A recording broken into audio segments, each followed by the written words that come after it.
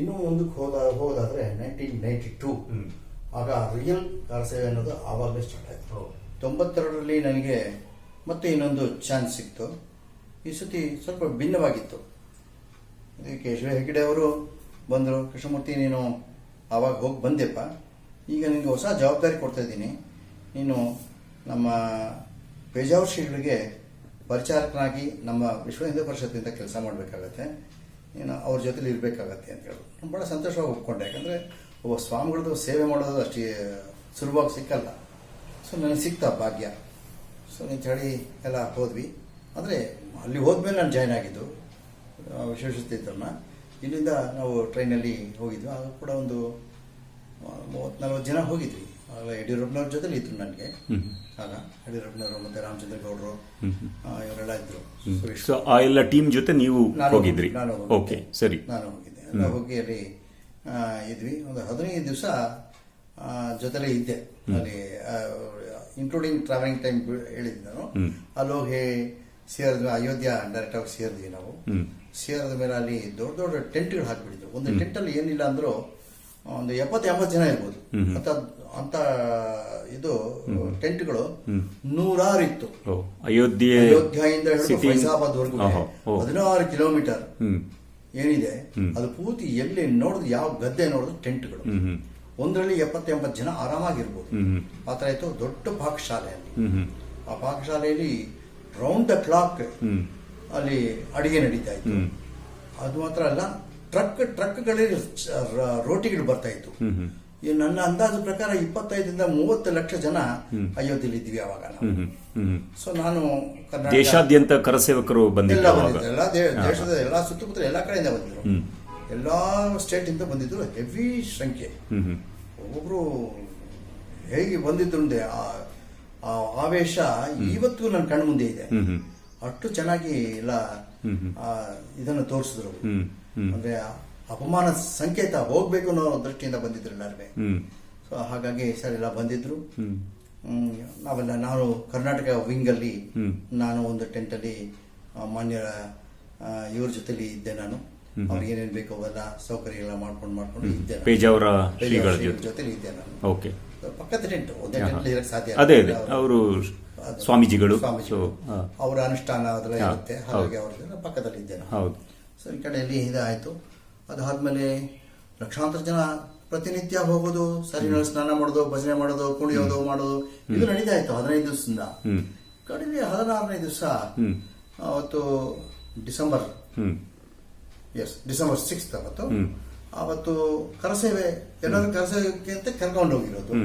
ಅಲ್ಲಿ ಒಂದು ಸೂಚನೆ ಕೊಡ್ತು, ಹಿಂದಿನ ದಿವಸ ಎಲ್ಲ ಕರಸೇವೆ ಮಾಡ್ಬೇಕು ಇವತ್ತು, ನಾಳೆ ನೀವೆಲ್ಲ ಸರಿಯಲ್ಲಿ ಸ್ನಾನಕ್ಕೆ ಹೋಗಿ ಅಲ್ಲಿಂದ ಒಂದು ಹಿಡಿ ಮಣ್ಣು ತಗೊಂಡ್ಬಂದು ಆ ರಾಮ ಜನ್ಮಭೂಮಿ ಜಾಗ ಏನಿದೆ ಅಲ್ಲಿ ಹಾಕೋದು ಅಂತ. ಜನಗಳೆಲ್ಲ ಬೇಜಾರಾಯ್ತು.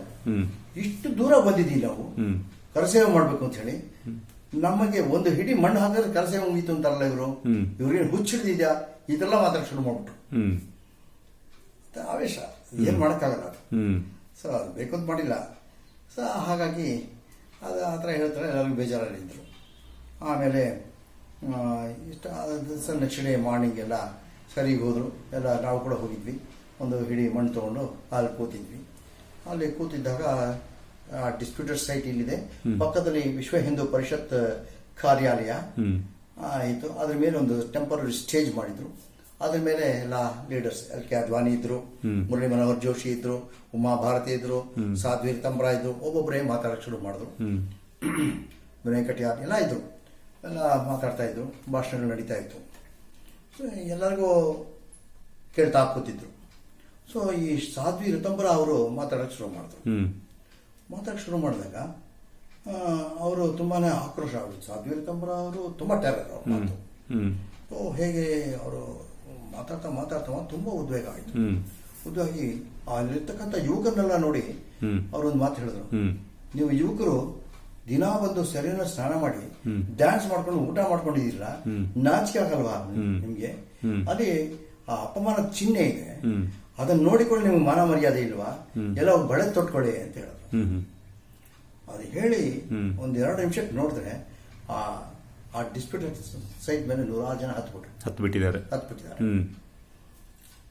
ಬಟ್ ಅದ್ರ ಹಿಂದಿನ ದಿನ ಒಂದು ಘಟನೆ ನಡೀತು. 5ನೇ ತಾರೀಕು ರಾತ್ರಿ ಸಂಘದ ಸ್ವಯಂ ಸೇವಕರದೆಲ್ಲ ಒಂದು ಬೈಠಕ್ ಮಾಡಿದ್ರು. 3ನೇ ವರ್ಷದ OTC ಯಾರಾಗಿದೆ ಅವರೆಲ್ಲ ಸೇರ್ಬೇಕು ಅಂತ ಹೇಳಿ. ನಂದು 2ನೇ ವರ್ಷ ಆಗಿದ್ರು ಕೂಡ ನಾನು ಕರೆದಿದ್ರು, ನಾನು ಹೋಗಿದ್ದೆ ಆ ಬೈಠಕ್ಗೆ. ಸೊ ಬೈಠಕಲ್ಲಿ ಎಲ್ಲರೂ ಹೇಳ್ತಾರೆ PV ನರಸಿಂಹರಾವ್ ಇದ್ರು, ಅವರಿದ್ರು ಇವರಿದ್ರು, ಅದಕ್ಕೆ ಬೇಗ ಹೋಗ್ಬಿಡ್ತು ಅಂತ. ಖಂಡಿತ ಇಲ್ಲ. ಮತ್ತೆ ಸಂಘದವರೆಲ್ಲ ಸೇರಿ ಒಂದು ಇದು ಮಾಡಿ ಅದನ್ನ ಹೊಡೆದಾಕ್ಬಿಟ್ರು ಅಂತ ಹೇಳಿದ್ರು. ಅದೂ ಅಲ್ಲ, ಅದು ಜನಗಳ ಆಕ್ರೋಶಕ್ಕೆ ಬಿದ್ದಿರೋದು. ಸೊ ಹಾಗಾಗಿ ಸಾಮಾನ್ಯ ಜನರು ನೋಡಿರೋದು. ಯಾವ ಸಂಘ ಸ್ವಯಂ ಸೇವಕರು ಇಲ್ಲ, ಯಾವ ವಿಶ್ವ ಹಿಂದೂ ಪರಿಷತ್ ಕಾರ್ಯಕರ್ತರು ಅಲ್ಲ, ಬೇರೆ ಯಾರು ಅಲ್ಲ. ಮತ್ತದು ಪ್ರೀ ಪ್ಲಾನ್ಡ್ ಕೂಡ ಅಲ್ಲ. ಪ್ರೀ ಪ್ಲಾನ್ಡ್ ಖಂಡಿತ ಅಲ್ಲ. ಅಲ್ಲಿ ನೆರೆದ ಜನರ ಒಂದು ಆಕ್ರೋಶದ ಕಟ್ಟೆ ಹೊಡೆದು ಆಗಿರೋದು, ಅದರ ಒಂದು ಮ್ಯಾನಿಫೆಸ್ಟೇಷನ್ ಇದು. ಹೌದು, ಖಂಡಿತ. ಆ ಬೈಠಕಲ್ಲಿ ನಮಗೆ ಏನ್ ಹೇಳಿದ್ರು ಅಂದ್ರೆ, ನೋಡಿ ನೀವೆಲ್ಲ ಬಂದಿದ್ದೀರಾ, ಸಂತೋಷ, ಕರಸೇವೆ ನಡಿಬೇಕು, ನಾಳೆ ಯಾವ್ದು ನಡೆಯುತ್ತೆ ಅಂತ ಹೇಳಿದ್ರೆ ಎಲ್ಲ ತಗೊಂಡು ಮಣ್ಣು ಹಾಕ್ತಾರೆ ಅಷ್ಟೇ, ಒಂದು ಇಡೀ ಮಣ್ಣು ಹಾಕ್ತಾರೆ ಅಷ್ಟೇ. ನೀವೆಲ್ಲ ಆ ಡಿಸ್ಪ್ಯೂಟೆಡ್ ಸೈಟ್ ಏನಿದೆ ಅದು ಸುತ್ತಲೂ ನಿಂತಿರ್ಬೇಕು, ಯಾರು ಒಳಗಡೆ ಬಿಡಬಾರ್ದು, ಆ ಕಟ್ಟಡಕ್ಕೆ ಯಾವುದೇ ತೊಂದರೆ ಆಗಬಾರ್ದು ಅಂತ ಹೇಳಿದ್ರು.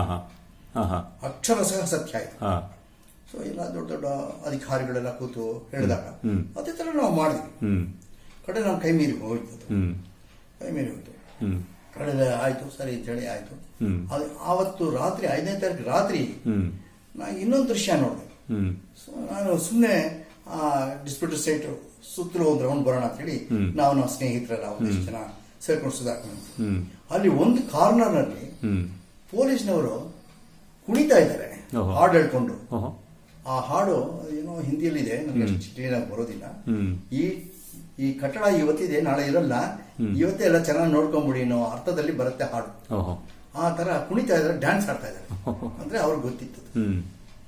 ಸೊ ಆಮೇಲೆ ಅಂದ್ರೆ ಶಿವಸೇನೆಯವರು ತುಂಬಾ ಉಗ್ರವಾಗಿತ್ತು, ಶಿವಸೇನೆಯವರು ಇದ್ರು. ಮತ್ತೆ ಆಂಧ್ರ ಲೇಡೀಸ್ ಅವರು ಕೂಡ ತುಂಬಾ ಟೆರರ್. ತುಂಬಾ ಜನ ಮಹಿಳೆಯರು ಬಂದಿದ್ರ, ಮಹಿಳೆಯರು ತುಂಬಾ ಇದ್ರು, ಕರಸೇವಕರು. ಅಸಾಧ್ಯ. ನಾನು ಹತ್ರ ಜನ ಸೇರ್ತಾರೆ ಅಂತ ಅನ್ಕೊಂಡೇ ಇರಲಿಲ್ಲ.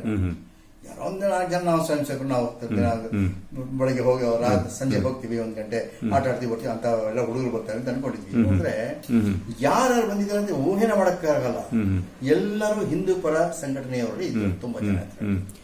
ಬರೀ ಸ್ವಯಂ ಸೇವಕರಲ್ಲ, ಬೇರೆ ಬೇರೆ ಯಾರ್ಯಾರಿಗೆ ರಾಮ ಭಕ್ತರು ಇದ್ರು ಅವರೆಲ್ಲ ಸೇರಿದ್ರು.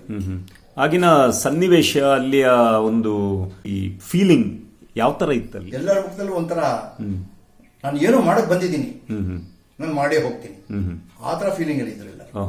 ನಾನು ಏನೋ ಮಾಡಕ್ ಬಂದಿದ್ದೀನಿ, ಅದು ಮಾಡೇ ತೀರ್ತೀನಿ ಅಂತ ಸಂಕಲ್ಪದಿಂದ ಬಂದಿದ್ರಲ್ಲ. ಯಾರೂ ಹೇಳಿಲ್ಲ ಕಟ್ಟಡ ಹೊಡೀರಿ ಅಂತ, ಯಾರ ಸಂಘದವರು ಹೇಳಿಲ್ಲ, ರಾಷ್ಟ್ರೀಯ ಸ್ವಯಂ ಸಂಸ್ಥೆಯವರು ಹೇಳಿಲ್ಲ, ವಿಶ್ವ ಹಿಂದೂ ಪರಿಷತ್ನವರು ಹೇಳಿಲ್ಲ, ಬಿಜೆಪಿಯವರು ಹೇಳಿಲ್ಲ. ಅದು ಹಾಗೆ ಹೋಯ್ತು, ಹಾಗೆ ಹೋಯ್ತು, ತನ್ನ ಪಾಡಿಗೆ ತಾನಾಗಿ ಹಾಗೆ ಹೋಯ್ತು. ಅಲ್ಲಿ ಅದಾದ್ಮೇಲೆ 6ನೇ ತಾರೀಕು ಅಲ್ಲಿ ಭಾಷಣ ನಿಂತೋಯ್ತು. ಏನಪ್ಪಾ ಅಂತ ತಿರುಗಿ ನೋಡಿದ್ರೆ ಅಲ್ಲಿ ಒಂದು ನಮ್ಮ ಧ್ವಜ ಒಂದು ಹಾರ್ತಾ ಇತ್ತು. ಎಲ್ಲ ಸೇರಿದ್ರು, ಜನ ಸೇರಿದ್ರು, ಹೊಡೆಯಕ್ಕೆ ಶುರು ಮಾಡ್ಬಿಟ್ರು. ಇದು ಡಿಸೆಂಬರ್ 6ನೇ ತಾರೀಕು ಹೊಡಿಲಿಕ್ಕೆ ಶುರು ಮಾಡಿದ್ದು ಸುಮಾರು ಎಷ್ಟು ಗಂಟೆಗೆ? 12 ಗಂಟೆ ಸುಮಾರಿಗೆ ಶುರು ಮಾಡ್ತಾರೆ. ಮಧ್ಯಾಹ್ನ 11:30 12 ಗಂಟೆ ಇರ್ಬೋದು. ಓಕೆ, ಶುರು ಆಯ್ತು. ನೀವಲ್ಲೇ ಸಮೀಪದಲ್ಲೇ ಇದ್ರ? ಹೌದು, ಹತ್ರದಲ್ಲೇ ಇದೆ. ಹತ್ರದಲ್ಲೇ ಇದೆ. ಎಲ್ಲ ಹೊಡೆದು ಒಂದೊಂದೇ ಗುಮಟ, ಒಂದು ಅರ್ಧ 3/4 ಗಂಟೆ ಗ್ಯಾಪ್ ಅಲ್ಲಿ 2 ಗುಮಟ ಮುಗಿತು. 3ನೇ ಗುಮಟ 5 ಗಂಟೆ ಆಯ್ತು ಸಂಜೆ. ಅದು ಯಾಕಂದ್ರೆ ಮಧ್ಯದಲ್ಲಿ ತಡಿಯಕ್ಕೆಲ್ಲ ಹೋದ್ರಲ್ಲ, ನಾವು ಸಂಘದ ಸ್ವಯಂ ಸೇವಕರೆಲ್ಲ ತಡಿಯಕ್ ಹೋದ್ರು, ಅದು ಉಂಟು. ಹೊಡಿಬೇಡಿ ಅಂತ ಹೇಳಿ, ಯಾಕಂದ್ರೆ ನಮ್ಮ ಸೂಚನೆ ಆಗಿತ್ತು, ಹೊಡಿಯಕ್ ಬಿಡಬಾರ್ದು ಅಂತ ಇತ್ತು.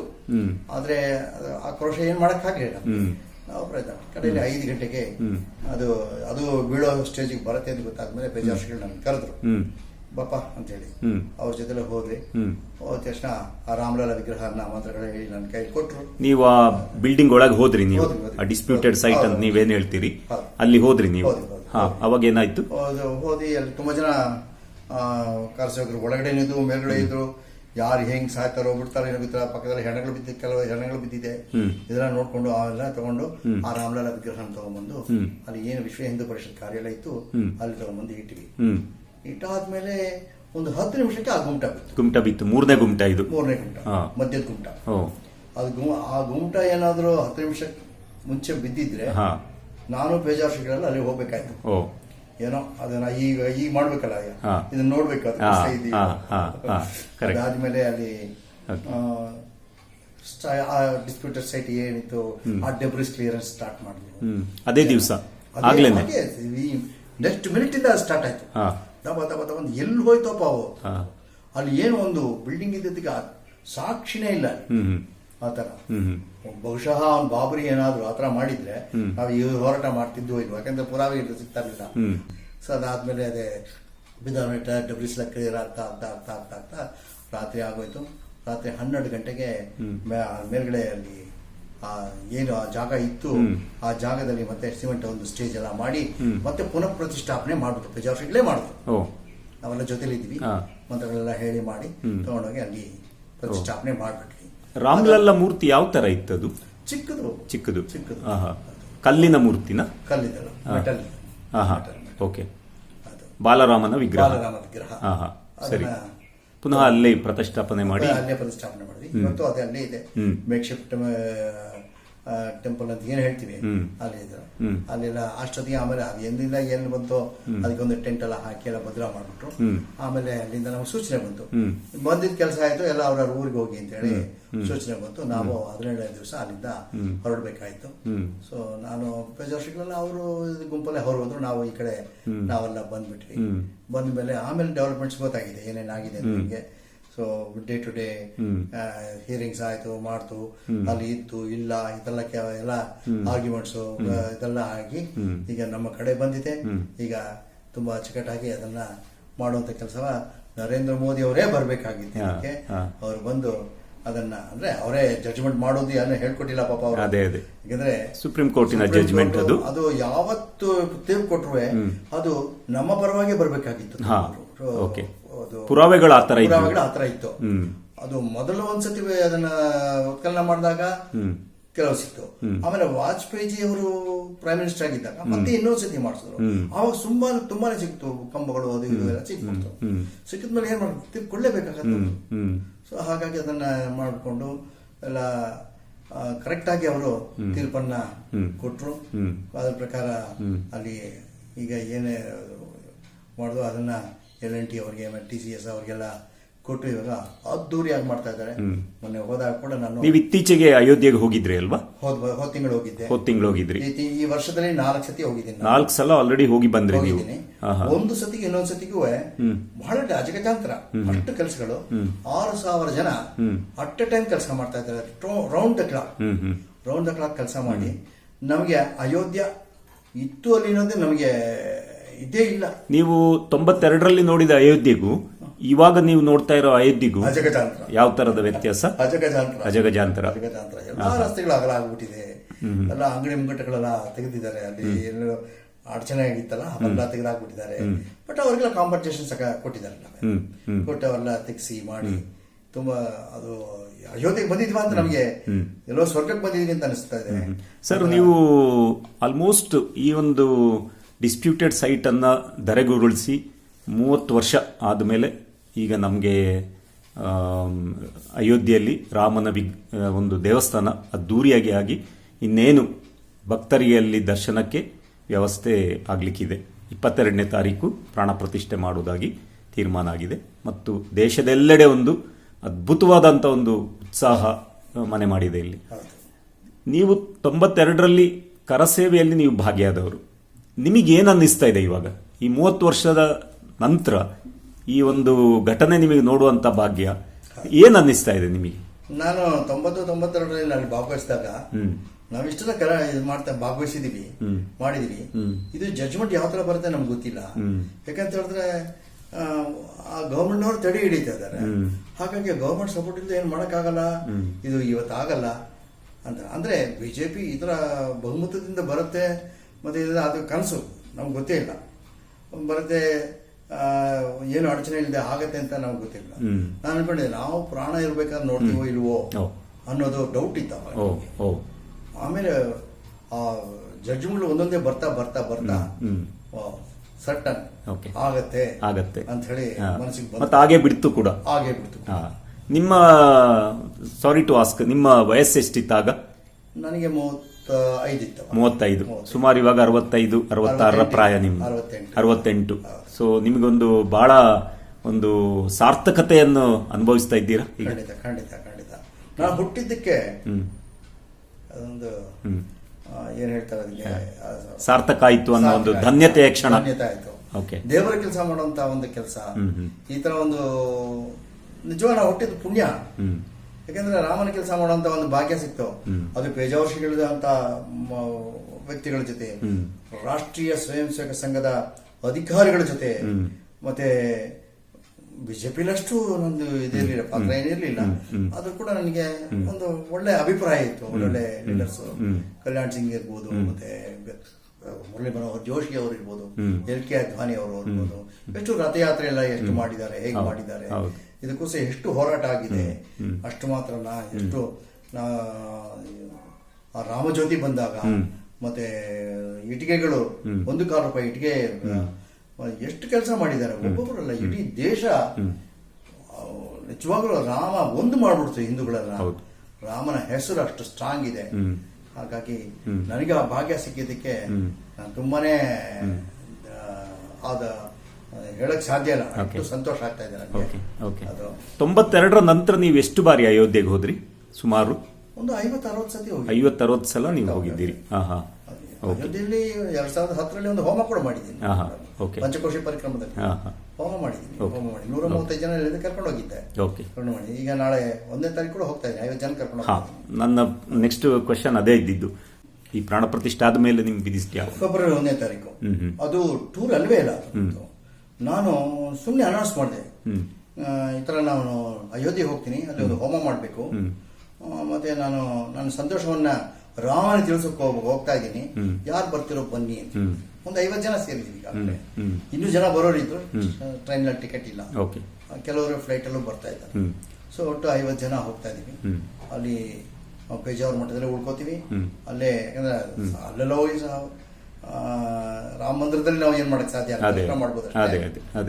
ಅಲ್ಲಿ ಪೇಜಾವರ ಮಠದಲ್ಲಿ ಹೋಮ ಮಾಡ್ತೀವಿ. ವಿಷ್ಣು ಸಹಸ್ರನಾಮ ಹೋಮ, ರಾಮತಾರಕ ಹೋಮ, ಗಣ ಹೋಮ, ನವಗ್ರಹ ಹೋಮ ಎಲ್ಲ ಮಾಡ್ಕೊಂಡು ಅಲ್ಲಿ ಮಾಡ್ಕೊಂಡು ನೆಕ್ಸ್ಟ್ ಡೇ ಮತ್ತೆ ದರ್ಶನ, ಸರಿಯು ನದಿ ಸ್ನಾನ ಎಲ್ಲ ಮಾಡ್ಬೇಕು ಅಂತ ಹೇಳಿ ಒಂದು 50 ಜನಕ್ಕೆ ಮಾಡಿಸ್ಬೇಕು. ರಾಮನ ಒಂದು ದೇವಸ್ಥಾನ ಸದ್ಯದಲ್ಲೇ ಸಂಪೂರ್ಣವಾಗಿ ಭಕ್ತರಿಗೆ ಒಂದು ದರ್ಶನಕ್ಕೆ ಓಪನ್ ಆಗ್ತಾ ಇರುವಂತದ್ದು ನೀವು ಹೇಳ್ದಂಗೆ ಬಹಳ ಧನ್ಯತೆಯ ಕ್ಷಣ. ಪ್ರತಿಯೊಬ್ಬ ಹಿಂದುವಿಗೂ ಒಂದು ಧನ್ಯತೆಯ ಕ್ಷಣ. ಈ ಒಂದು ನಿಮ್ಮ ಅನುಭವಗಳನ್ನು ನಮ್ಮೊಟ್ಟಿಗೆ ಹಂಚಿಕೊಂಡಿದ್ದಕ್ಕೆ ನಮ್ಮ ವೈಡ್ ಆಂಗಲ್ ವೀಕ್ಷಕರ ಪರವಾಗಿ ನಿಮಗೆ ಧನ್ಯವಾದಗಳು. ಧನ್ಯವಾದ. ಜೈ ಶ್ರೀರಾಮ್. ಜೈ ಶ್ರೀರಾಮ್.